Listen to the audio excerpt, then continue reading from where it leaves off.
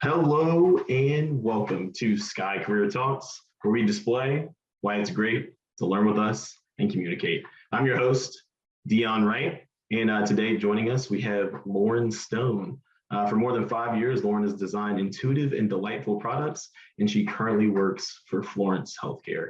Lauren, thank you so much for joining us, and we're just going to dive right in. So what's a brief overview of your career journey? First, thanks for having me. I actually started off my career after I graduated Rutgers. I worked in home furnishings. I did retail wholesale work.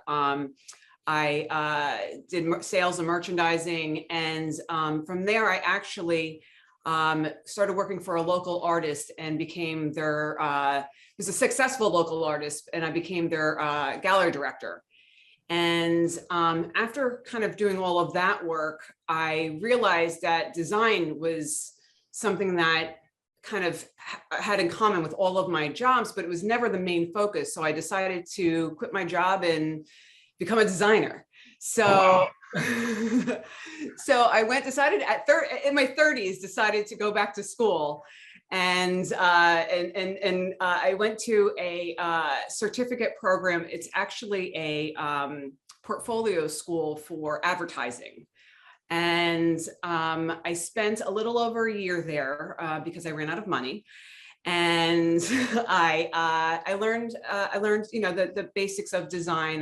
My track was interactive design, and that brought me towards UX. I started as the visual design and getting all of that together, and that UX was just starting to kind of become a prominent field at that time.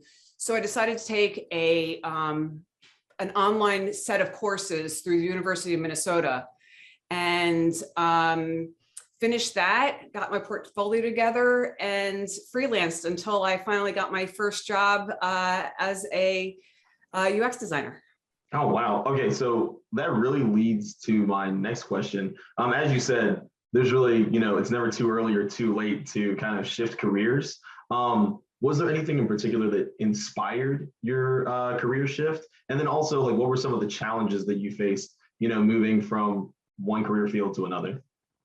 So my husband worked in technology, and I was always interested in not only technology, but art and pop culture. So these are things that always spoke to me. And one of his coworkers I became very close with. Ironically, I would go do things with his coworkers, and he did not come.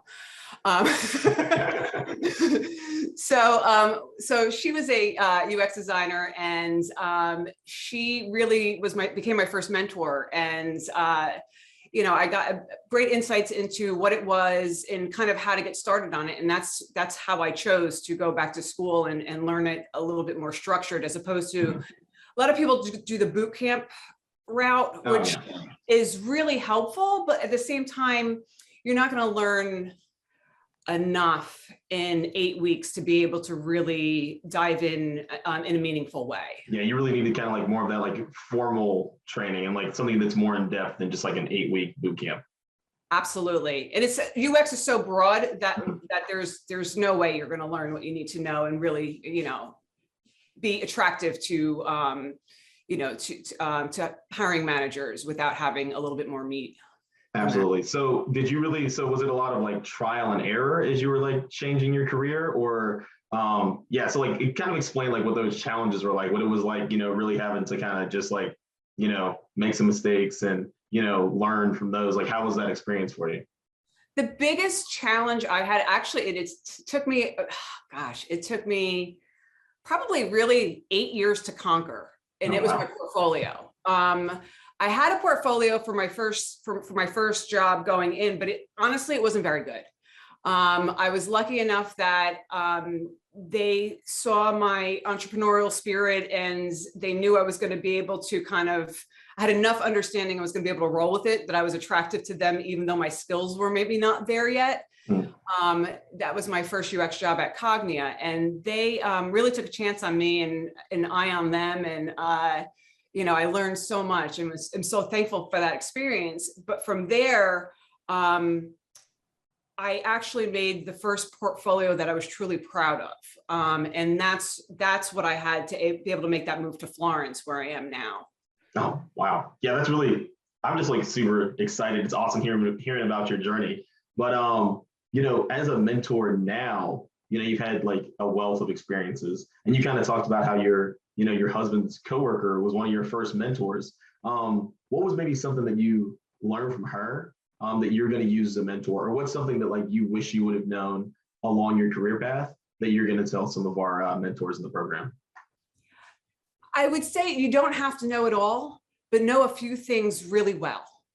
And especially in a technology field, there's so many things that it changes so fast. It can be very overwhelming. And I think the key is just know a few things and really, be an owner of that and be an advocate and an expert, because you'll learn the other things. It's okay not to know everything, and be okay with not knowing everything, because nobody does. And, and on the other side of that, especially in UX, if you don't like to grow and if you don't like to keep learning, this is not the job for you. Like it is something that you never stop, and you can't stop. Just when you think that you really know your stuff, there's always ways that you get humbled really fast.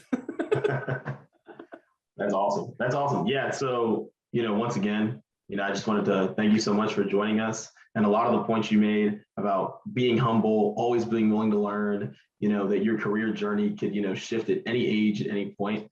That's super helpful. And thanks again for being a mentor, for joining us, for sharing some of your experiences.